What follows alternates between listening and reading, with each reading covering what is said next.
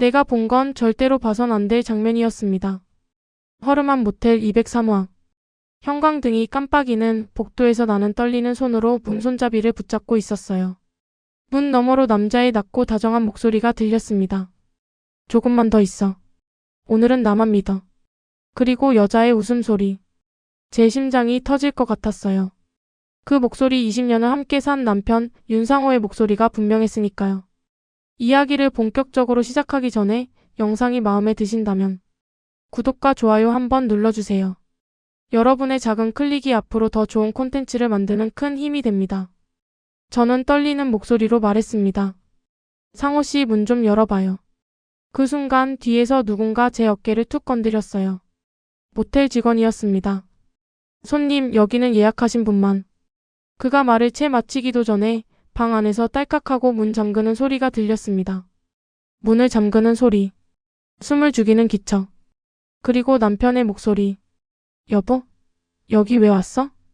그때 저는 알았습니다. 제 삶이 오늘로 끝날 수도 있겠다는 걸. 제 이름은 서민정, 54세입니다. 남편 윤상호와는 20년을 함께 살았어요. 그렇게 긴 시간 동안 우리는 남들이 보기엔 평범하고 다정한 부부였습니다. 시어머니도 그랬어요. 친구들이 놀러 올 때마다 이렇게 말씀하셨죠. 우리 며느리하고 아들은 절대 안 싸워. 그렇게 금슬이 좋아. 저도 그렇게 믿었어요. 우리는 특별히 큰 문제 없이 조용하고 평화롭게 살아왔다고요. 하지만 언제부터였을까요? 뭔가 어긋나기 시작했습니다. 처음엔 작은 것들이었어요. 남편의 야근이 늘어났습니다. 일주일에 한두 번이던 야근이 어느새 거의 매일로 바뀌었어요. 요즘 회사에 프로젝트가 많아서 그래. 조금만 참아줘. 남편은 그렇게 말했고 저는 믿었습니다. 아니, 믿으려고 했어요. 그런데 이상한 일들이 계속 생겼습니다. 휴대폰에 비밀번호가 생겼어요. 20년 동안 한 번도 잠금 설정을 하지 않던 사람이 갑자기 복잡한 번호로 폰을 잠갔습니다. 요즘 보안이 중요하잖아. 회사에서도 권장하고. 샤워할 때도 폰을 들고 들어갔어요. 예전엔 거실 테이블에 그냥 두고 갔는데 이제는 욕실 세면대 위에 올려놓고 샤워를 했습니다. 주말마다 회사 모임이 생겼어요. 오늘 팀 회식이야. 오늘은 부서 모임. 오늘은 거래처 접대. 그리고 향수 냄새가 바뀌었습니다. 20년을 함께 산 아내는 압니다. 남편의 모든 냄새를요. 남편은 늘 같은 애프터쉐 이불을 썼어요. 은은한 시트러스 향이 나는 백화점에서 제가 골라준 그 제품을요. 그런데 어느 날부터 남편한테서 다른 향수 냄새가 났습니다.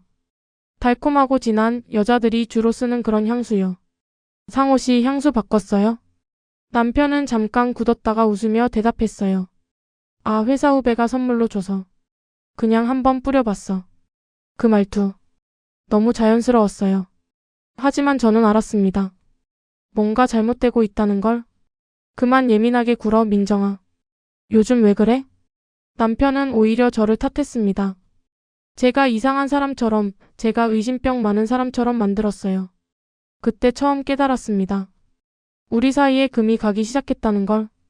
그러던 어느 날 신용카드 명세서를 확인하다가 이상한 걸 발견했어요. 꽃집 결제 15만 원, 고급 레스토랑 23만 원, 모텔 8만 원, 여성복 쇼핑몰 47만 원, 목걸이 85만 원. 우리 집 생활비 카드가 아니었어요. 남편 개인 카드였습니다. 저는 조심스럽게 물었어요. 상호 씨, 이거 뭐예요? 꽃이랑 여성복이랑. 남편은 명세서를 확 낚아채더니 차갑게 말했습니다. 내 돈이야. 너랑 상관없어. 내 돈이라고요. 20년을 함께 살면서 내 돈을 나눈 적이 없었는데. 상호 씨, 나는 당신 아내예요. 당연히 궁금할 수 있잖아요. 그만 좀 해. 매일 감시하고 의심하고 진짜 숨막혀. 남편이 소리를 질렀어요. 20년 만에 처음 보는 모습이었습니다. 그 순간 저는 알았습니다. 남편이 마음의 문을 완전히 닫아버렸다는 걸. 결정적인 사건은 그날 밤에 일어났습니다. 남편이 샤워하러 들어갔을 때 거실 소파에 남편 폰이 놓여 있었어요. 평소와 달리 욕실에 가져가지 않은 거죠. 그때 전화가 울렸습니다. 저는 폰 화면을 봤어요. 지은이라는 이름이 떠 있었습니다. 지은이? 누구지? 전화를 받아야 할까 말아야 할까 고민하는 사이에 통화가 끊겼습니다. 그런데 바로 문자가 왔어요. 오빠 오늘 오는 거 맞지? 기다릴게. 제 손이 얼어붙었습니다. 오빠? 기다린다고? 하트. 그때 다시 전화가 울렸어요. 저는 떨리는 손으로 전화를 받았습니다. 여보세요? 전화 너머에서 젊은 여자의 숨소리가 들렸어요. 오빠? 그 여자는 제가 아무 말도 하지 않자 다시 한번 불렀습니다. 여보? 여보. 그 한 단어가 제 심장을 얼려버렸습니다. 욕실에서 물소리가 멈췄어요. 남편이 나오고 있었습니다. 저는 재빨리 전화를 끊고 폰을 원래 자리에 놓았어요. 심장이 미친 듯이 뛰었습니다. 남편이 수건으로 머리를 닦으며 나왔어요. 왜 그래? 얼굴이 왜 그래? 아무것도 아니에요. 저는 거짓말을 했습니다. 아직 확신할 수 없었으니까요. 아니, 확신하고 싶지 않았으니까요. 하지만 그날 밤 저는 잠을 한숨도 자지 못했습니다. 그로부터 일주일 후 저는 결심했습니다. 남편을 미행하기로요. 토요일 아침 남편이 말했어요. 오늘 회사팀 워크숍이야. 저녁 늦게 들어올게. 워크숍이라고요. 토요일에? 어디서 해요? 파주 쪽. 세미나 듣고 저녁 먹고 올게. 남편은 서둘러 나갔습니다. 저도 10분 뒤에 집을 나섰어요. 남편 차를 멀찌감치 따라갔습니다. 파주 방향? 아니었어요. 남편은 시내 반대 방향으로 차를 몰았습니다. 30분쯤 갔을까요? 남편의 차가 한 모텔 앞에 멈췄습니다. 모텔. 심장이 내려앉았어요. 남편은 차에서 내렸습니다. 그리고 조금 떨어진 곳에서 한 여자가 걸어왔어요. 젊은 여자였어요. 제 딸뻘 되는 20대로 보이는 여자였습니다. 남편이 그녀를 보고 손을 들어 흔들었어요. 여자가 웃으며 뛰어왔습니다. 두 사람은 자연스럽게 모텔로 들어갔어요. 저는 차 안에서 그 모습을 지켜봤습니다. 눈물도 나오지 않았어요. 그저 온몸이 얼어붙는 것 같았습니다. 20년을 함께 살았는데 30분을 그렇게 앉아 있었을까요? 저는 차에서 내렸습니다. 모텔 프런트로 걸어 들어갔어요. 실례지만 윤상호 씨 어느 방에 계신가요? 직원이 의아한 표정으로 저를 봤습니다. 손님 정보는 알려드릴 수 없는데요. 제가 아내예요. 급한 일이 있어서요. 직원은 잠시 망설이다가 컴퓨터를 확인했어요. 203호요. 감사합니다. 엘리베이터를 타고 2층으로 올라갔습니다. 복도가 너무 길게 느껴졌어요. 201호, 202호 그리고 203호. 문 앞에 섰을 때 안에서 소리가 들렸습니다. 남자의 웃음소리.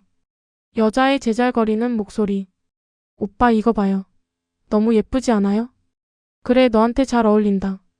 오빠는 진짜 세상에서 제일 좋은 사람이에요. 제 손이 떨렸습니다. 20년 동안 한 번도 들어본 적 없는 남편의 목소리였어요. 그렇게 다정하고 부드럽고 따뜻한 목소리. 저는 문을 두드렸습니다. 톡톡톡. 아니, 조용해졌어요. 누구세요?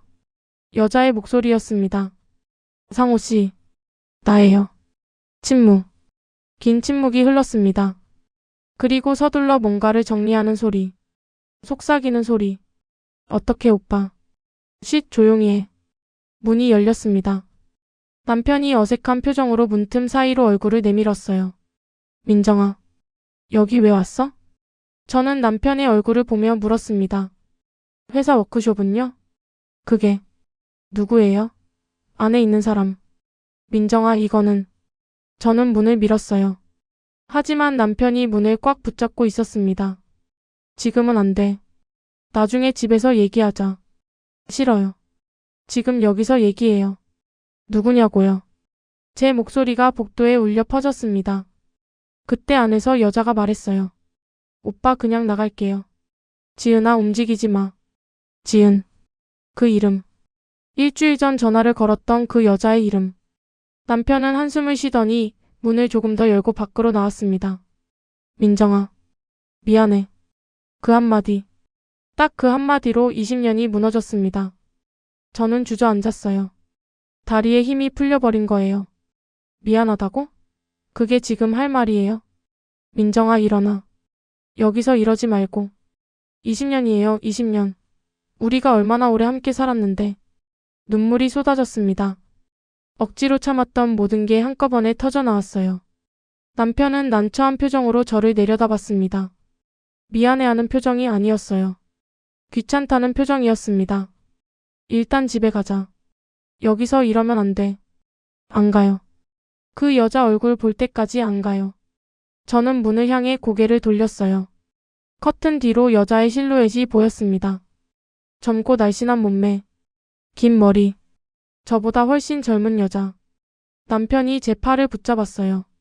민정아, 제발. 집에 가서 얘기하자. 싫어요.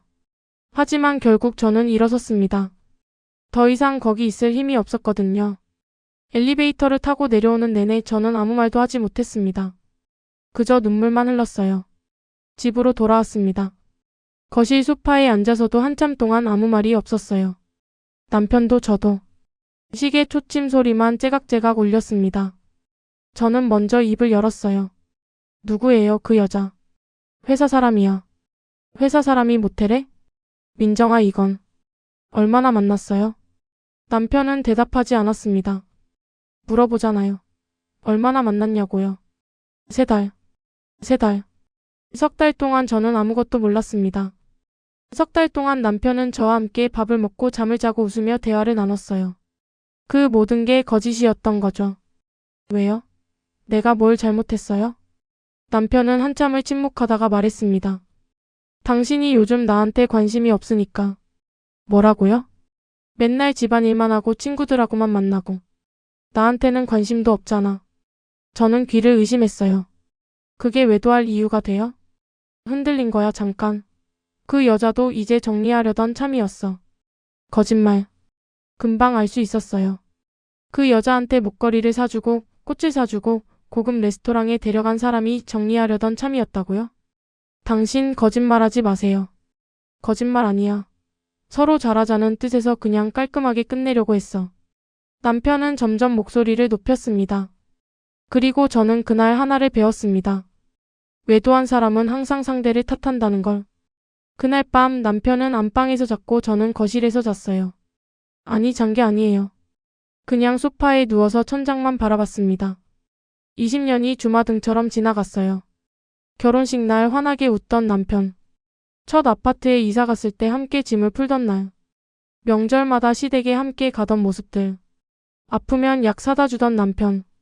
그 모든 게 진짜였을까요? 아니면 저만 진심이었던 걸까요? 다음날 아침 남편은 아무 일도 없었다는 듯 출근 준비를 했어요. 민정아, 나 회사 가. 아침은? 저는 대답하지 않았습니다.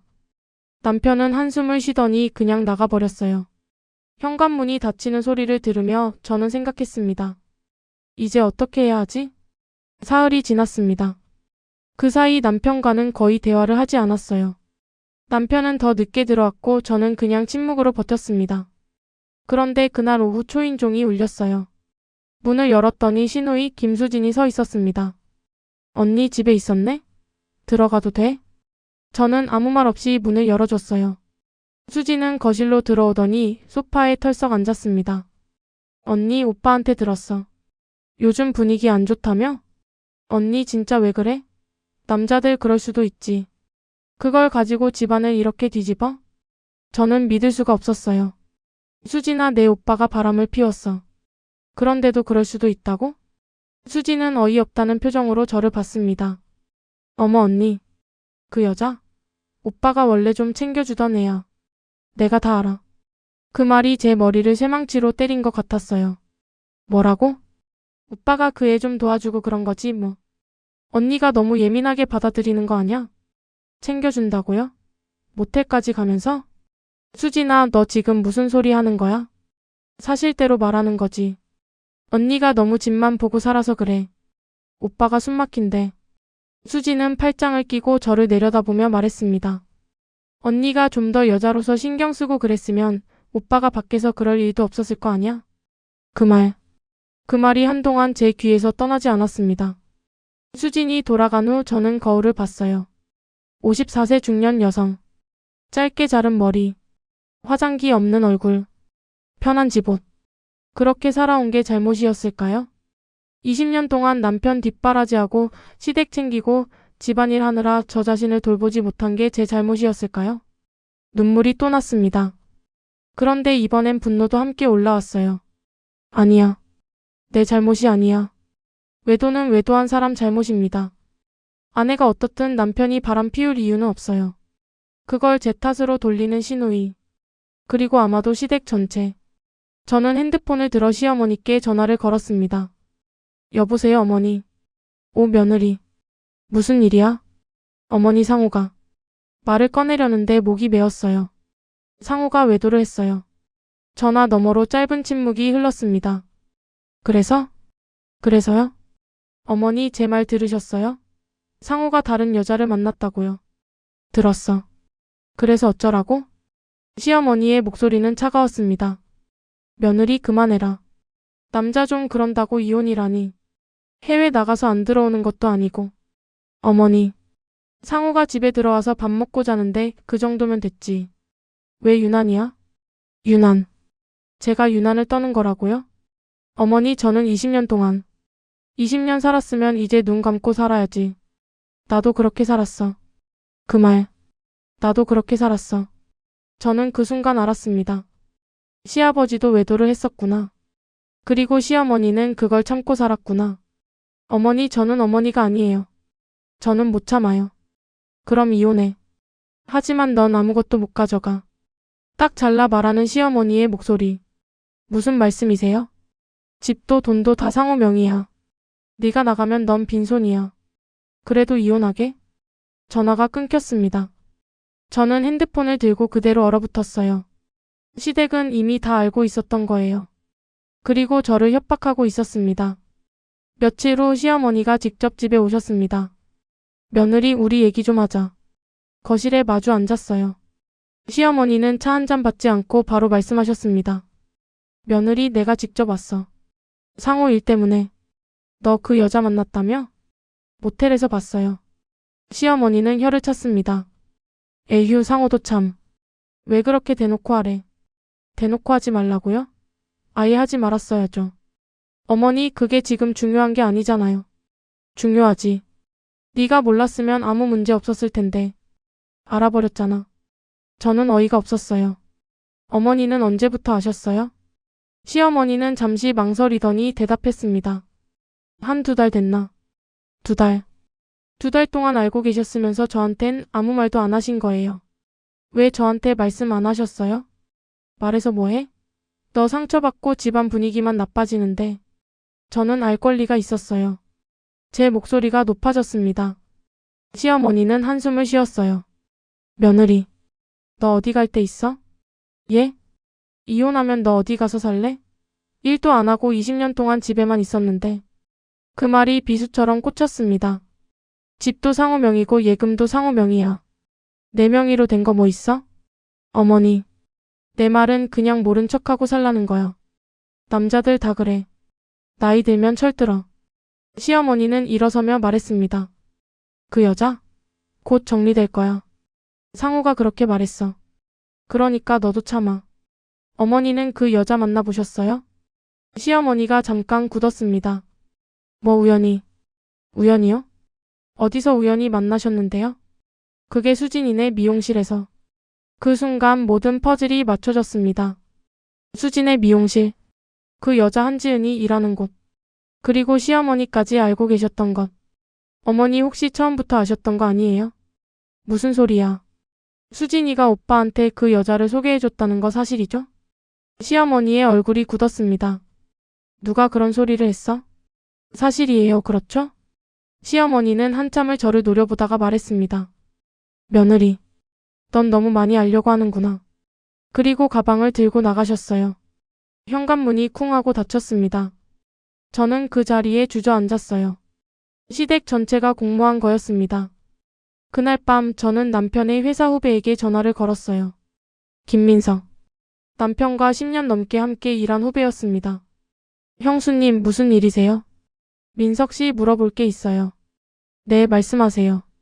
상호 씨가 만나는 그 여자 회사 사람 맞아요? 전화 너머로 침묵이 흘렀습니다. 민석 씨, 제발요. 저한테 사실대로 말해줘요. 한참 후에 민석이 조심스럽게 말했습니다. 형수님, 그 여자는 회사 사람이 아니에요. 그럼 누구예요? 제가 확실히는 모르겠는데요. 들은 바로는 형님 누나 쪽에서 소개받았다고. 수진이가? 네, 그렇게 알고 있어요. 저는 핸드폰을 꽉 쥐었습니다.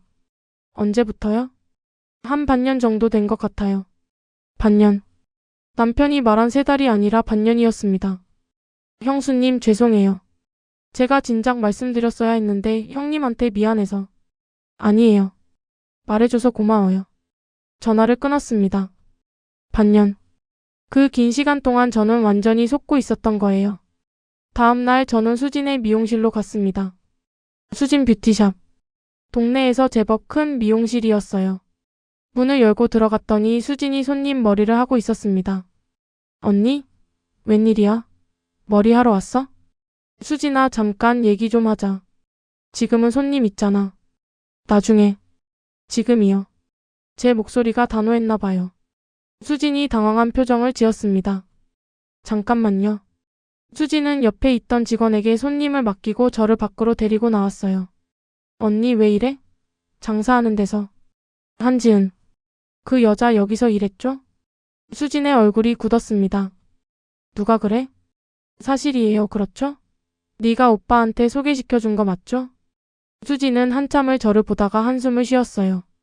언니가 어떻게 알았는지는 모르겠지만 그래, 내가 소개했어. 인정했습니다.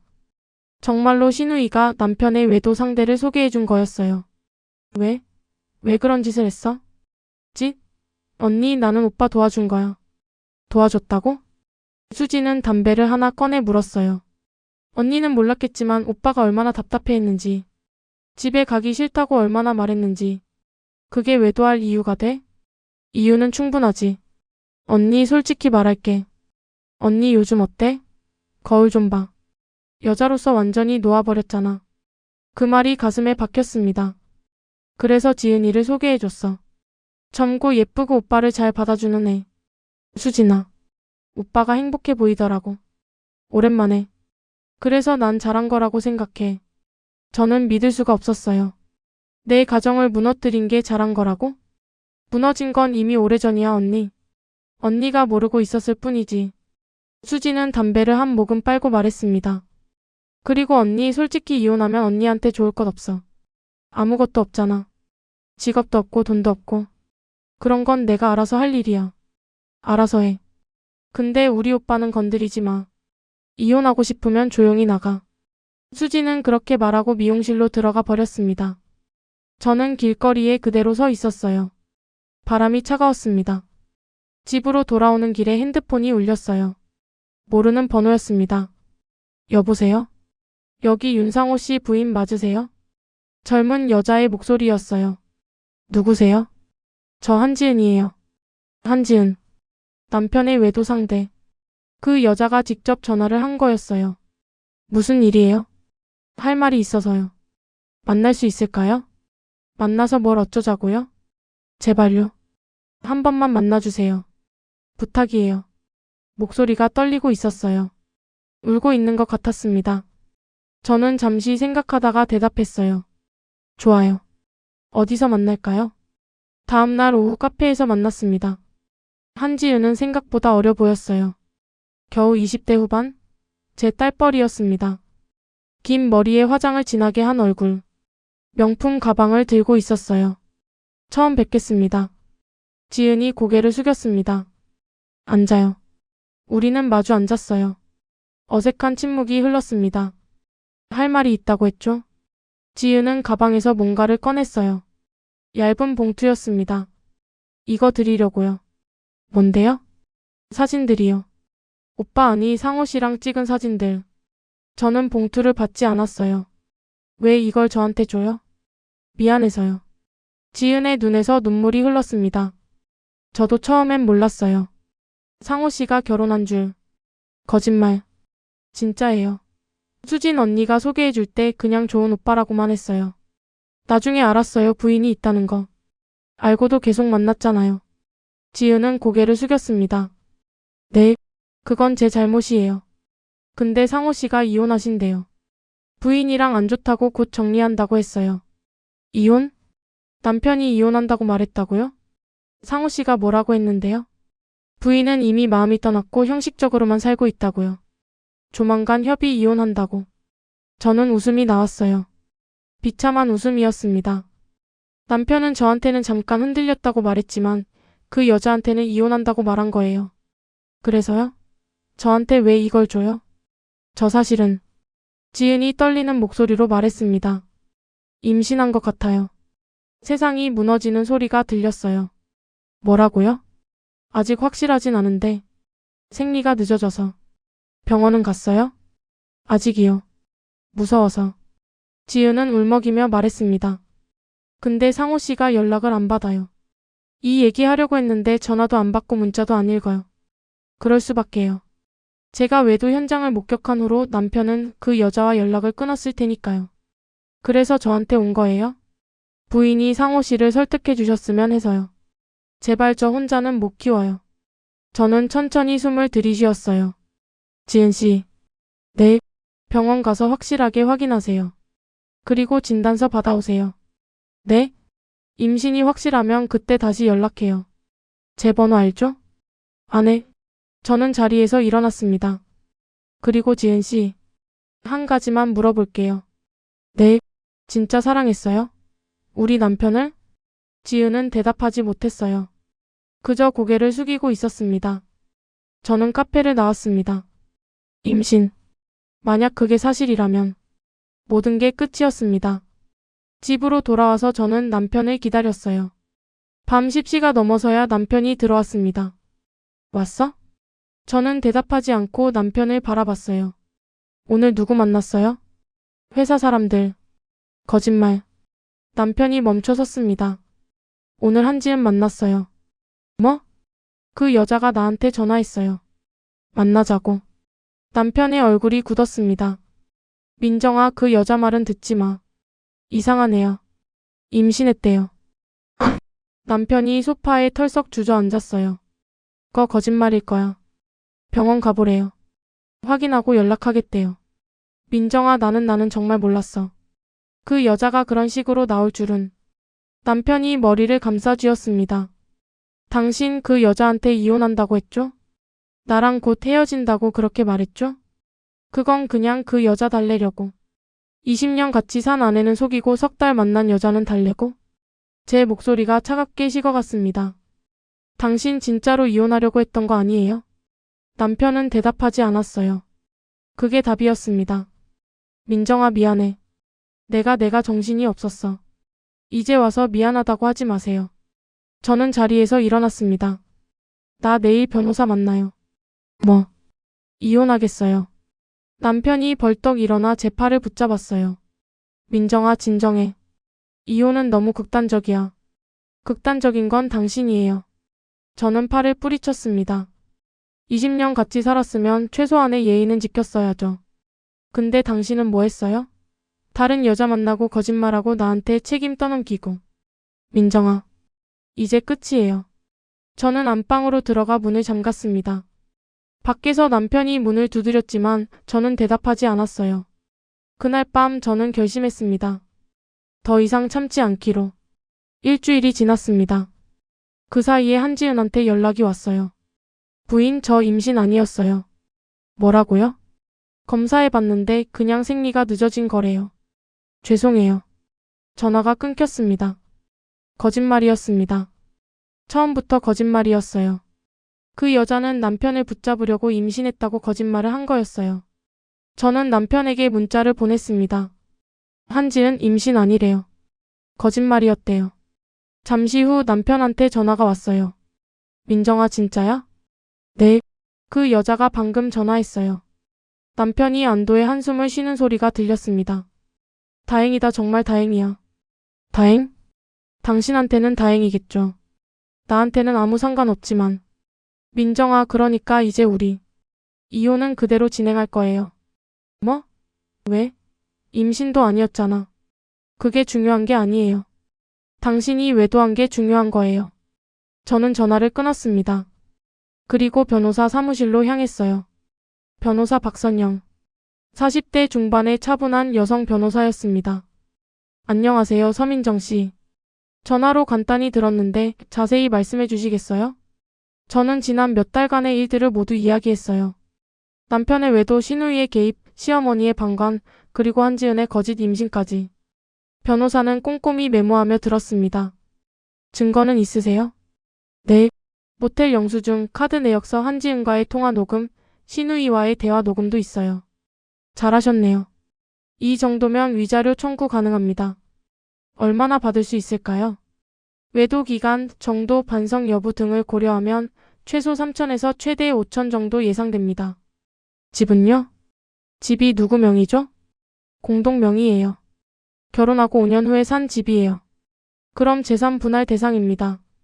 보통 반반인데 외도가 명백하면 유책 배우자에게 불리하게 나올 수 있어요. 변호사는 서류를 정리하며 말했습니다. 서민정 씨 각오하셔야 해요. 이혼 소송은 길고 힘듭니다. 상대방도 변호사 선임할 거고 시댁에서도 개입할 거예요. 각오돼 있어요. 좋습니다. 그럼 소장 준비하겠습니다. 저는 사무실을 나왔어요. 무서웠지만 후회는 없었습니다. 일주일 후 남편에게 이혼 소장이 전달됐습니다. 그날 저녁 남편이 집에 들어오자마자 소리를 질렀어요. 민정아, 이게 뭐야? 진짜로 소송까지 할 거야. 네, 그럴 거예요. 미쳤어? 우리가 법정까지 가야 해? 당신이 먼저 우리 결혼을 법정으로 끌고 간 거예요. 남편이 소장을 구겨서 던졌습니다. 좋아, 좋아. 이혼하자. 근데 넌 한 푼도 못 가져가. 그건 법원이 결정할 일이에요. 내가 번 돈이야. 20년 동안 내가 벌어서 산 집이고. 저도 20년 동안 집안일 했어요. 그것도 노동이에요. 남편은 비웃었어요. 집안일이 뭐가 대단하다고? 밥하고 청소하는 게? 그 말. 20년 동안 제가 해온 모든 것들을 한마디로 무시하는 그 말. 나가주세요. 뭐? 이 집에서 나가주세요. 당장. 여기 내 집이야. 공동 명의예요. 저도 절반 주인이에요. 변호사가 말했어요. 유책 배우자가 나가는 게 맞다고. 남편은 입을 벌린 채 저를 봤어요. 민정아, 너 진짜. 안 나가시면 제가 나갈게요. 법원에서 판단하게 두죠. 저는 가방을 챙겨 들었습니다. 민정아. 야. 저는 뒤도 돌아보지 않고 집을 나왔어요. 그리고 미리 알아둔 고시원으로 향했습니다. 고시원 방은 좁았어요. 겨우 책상과 침대가 들어갈 정도. 20평대 아파트에서 살다가 이런 곳에 오니 처음엔 숨이 막혔습니다. 하지만 이상하게도 마음은 편했어요. 남편 눈치 보지 않아도 되고 시댁 전화에 떨지 않아도 되고 거짓말에 상처받지 않아도 됐으니까요. 핸드폰이 울렸어요. 시어머니였습니다. 며느리. 무슨 짓이야. 상호가 이혼 소장 받았다며. 네, 어머니. 제가 신청했어요. 미쳤구나 진짜. 당장 취소해. 싫어요. 뭐. 지금 시어머니한테 반말해.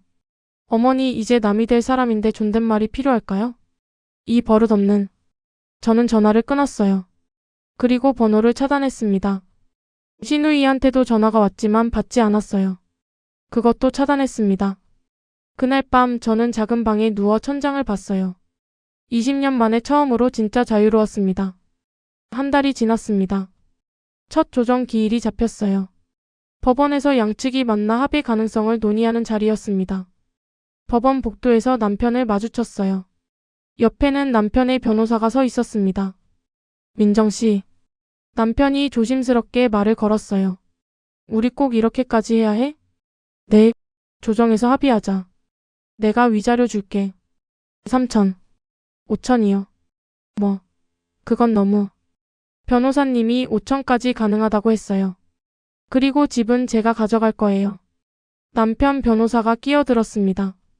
부인 그건 좀 과하십니다. 집은 반반으로. 유책 배우자는 재산 분할에서 불리하다고 알고 있어요. 판사님이 판단하시겠죠. 저는 조정실로 들어갔습니다.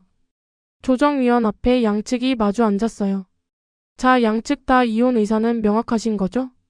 네. 저와 남편이 동시에 대답했습니다. 그럼 재산 분할과 위자료가 쟁점이네요. 남편 측 입장은?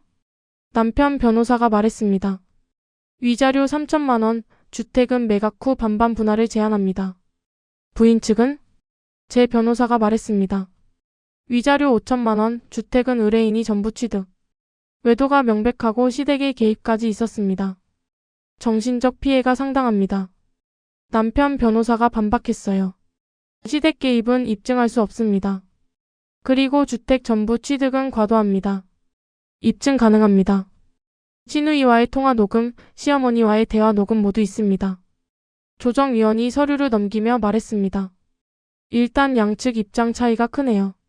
증거자료 제출하시고 다음 조정 기일에 다시 논의하시죠. 조정은 결렬됐습니다. 밖으로 나오는데 남편이 제 팔을 붙잡았어요. 민정아, 제발. 이러지 말자. 손 떼세요. 우리 20년 살았잖아. 그게 아무것도 아니야? 저는 남편의 손을 뿌리치며 말했습니다. 당신이 먼저 그 20년을 버렸어요. 그리고 돌아서서 걸어갔어요. 뒤에서 남편이 뭐라고 소리쳤지만 듣지 않았습니다.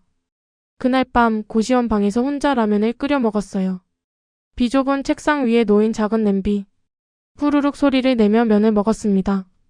창밖으로 도시의 불빛이 보였어요. 나 잘하고 있는 거 맞겠지? 문득 그런 생각이 들었습니다. 20년을 함께 산 사람과 헤어지는 게 정말 맞는 선택일까? 그냥 참고 살 수도 있었을 텐데. 시어머니 말처럼 눈 감고 살 수도 있었을 텐데. 하지만 저는 고개를 저었어요. 아니야. 이게 맞아. 제 삶은 참고 견디기 위한 게 아니에요. 행복하게 살기 위한 거예요. 핸드폰이 울렸습니다. 모르는 번호였어요. 여보세요? 부인? 한지은이었습니다. 왜 전화했어요? 저 죄송하다고 말하고 싶어서요.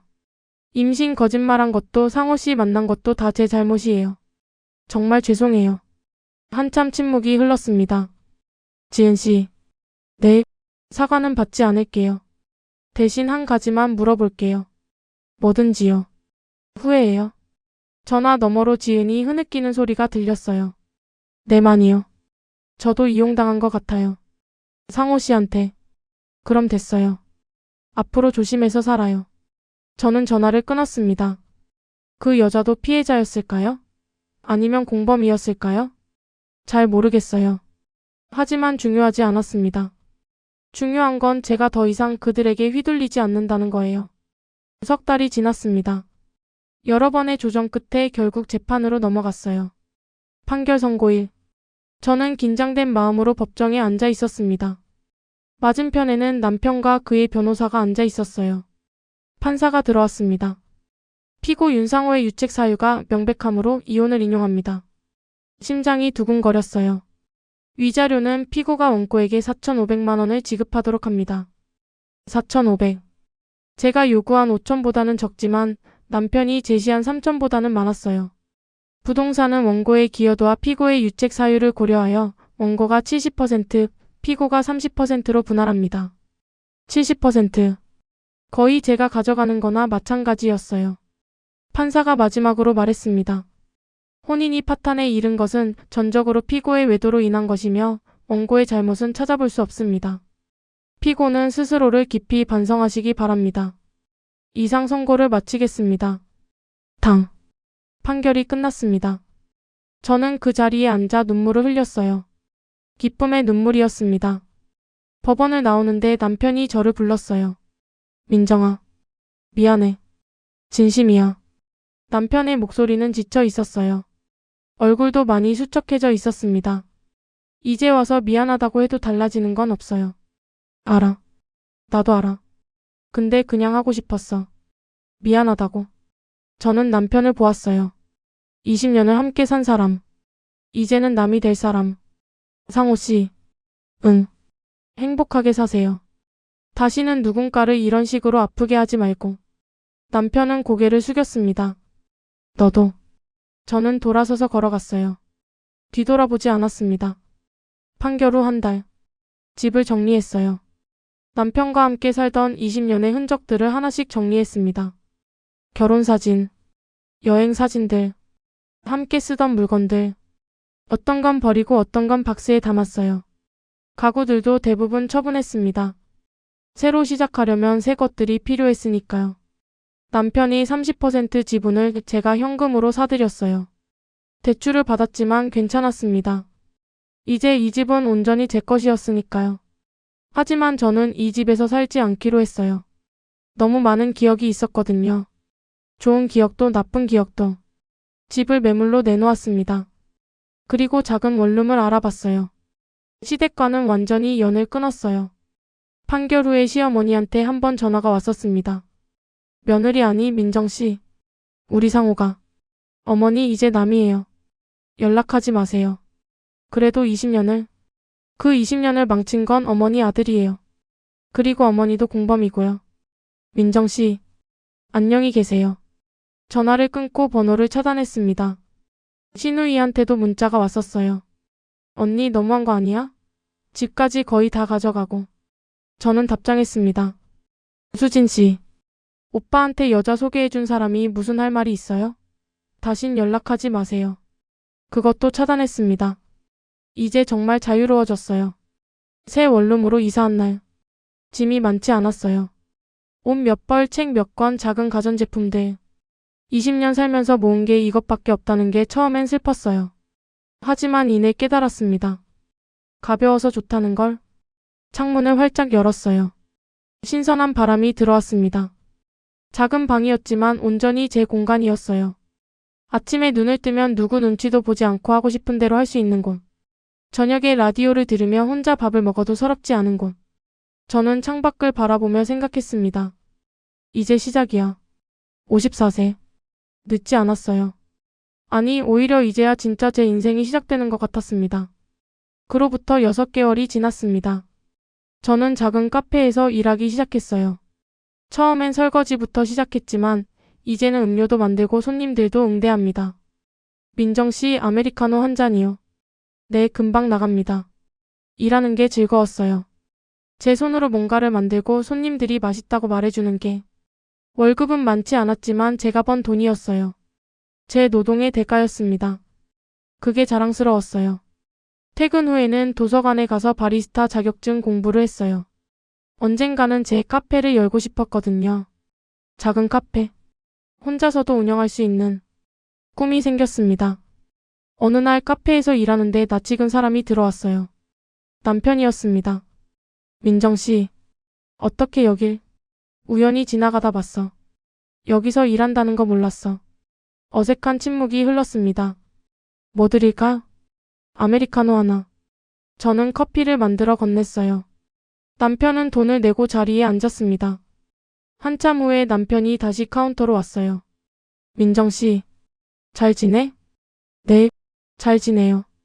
그렇구나. 다행이다. 남편은 제 얼굴을 한참 보다가 말했습니다. 밝아졌어. 표정이. 나 정말 잘못했어. 이제야 알겠어. 내가 얼마나 소중한 사람을 잃었는지. 저는 조용히 웃었어요. 늦었어요. 상호 씨. 알아. 근데 그냥 말하고 싶었어. 네가 행복해 보여서 다행이라고. 남편은 그렇게 말하고 카페를 나갔습니다. 저는 그 뒷모습을 보며 생각했어요. 이제 정말 끝났구나. 슬프지 않았어요. 오히려 홀가분했습니다. 그날 밤 원룸에 돌아와 창문을 열었어요. 도시의 야경이 반짝였습니다. 저는 따뜻한 차를 한 잔 타서 창가에 앉았어요. 핸드폰을 꺼내 오랜만에 일기를 썼습니다. 오늘 전 남편을 만났다. 그는 내가 밝아졌다고 했다. 맞다. 나는 밝아졌다. 20년 만에 처음으로 나 자신을 위해 살고 있으니까. 54세에 새로 시작하는 건 무섭다. 하지만 동시에 설렌다. 앞으로 뭘 하며 살지, 어떤 사람을 만날지, 어떤 경험을 할지 모두 내가 선택할 수 있다. 나는 더 이상 누군가의 아내도 며느리도 아니다. 그냥 서민정이다. 54세 여자 서민정. 그리고 그게 좋다. 일기를 닫고 창밖을 바라봤어요. 바람이 시원하게 불어왔습니다. 그로부터 1년이 지났습니다. 저는 바리스타 자격증을 땄고 작은 카페의 매니저가 됐어요. 집도 조금 더 넓은 투룸으로 옮겼습니다. 제 월급으로요. 친구들도 다시 만나기 시작했어요. 결혼 후에 소원해졌던 친구들. 민정아 진짜 달라졌다. 표정이 살아있어. 그치? 나도 느껴. 근데 외롭진 않아? 가끔. 근데 외로운 것보다 자유로운 게 더 좋아. 친구들은 웃으며 제 손을 잡아줬어요. 우리가 있잖아. 내 편. 그 말이 따뜻했습니다. 어느 일요일 아침, 저는 늦잠을 잤어요. 알람도 맞추지 않고 그냥 눈이 떠질 때까지. 창문으로 햇살이 들어왔습니다. 일어나서 커튼을 활짝 열었어요. 맑은 하늘이 보였습니다. 커피를 한 잔 내려 마시며 베란다에 앉았어요. 아래층에서 아이들 웃음소리가 들렸습니다. 어디선가 음악도 들려왔어요. 평범한 일요일 아침. 하지만 제게는 특별했습니다. 누구의 허락도 필요 없이, 누구의 눈치도 보지 않고 그냥 제가 원하는 대로 보낼 수 있는 시간이었으니까요. 저는 핸드폰을 꺼내 마지막 일기를 썼습니다. 내 인생은 누군가가 무너뜨려서 끝나는 게 아니었다. 내가 다시 세워서 시작하는 것이었다. 20년의 결혼 생활이 끝났을 때 나는 모든 것을 잃었다고 생각했다. 하지만 사실은 나 자신을 되찾은 것이었다. 55세. 이제 시작이다. 일기를 닫고 커피를 한 모금 마셨어요. 창밖으로 새 한 마리가 날아갔습니다. 자유롭게. 혹시 지금 누군가의 배신 때문에 가슴이 찢어질 만큼 아프신가요? 저도 그랬습니다. 하지만 꼭 전하고 싶은 말이 있습니다. 당신의 인생은 누군가가 무너뜨려서 끝나는 게 아닙니다. 당신이 다시 세워서 시작하는 것입니다. 부디 당신 자신의 편에 서주세요. 그리고 다시 시작하세요. 우리는 얼마든지 다시 행복해질 수 있습니다. 다음 편에서 다뤄줬으면 하는 이야기가 있나요? 댓글로 알려주세요. 이 여정을 함께 해주실 여러분께 부탁드립니다. 구독과 좋아요는 앞으로의 탐구와 제작을 지속하는 데 큰 힘이 됩니다. 그럼 지금부터 시작하겠습니다.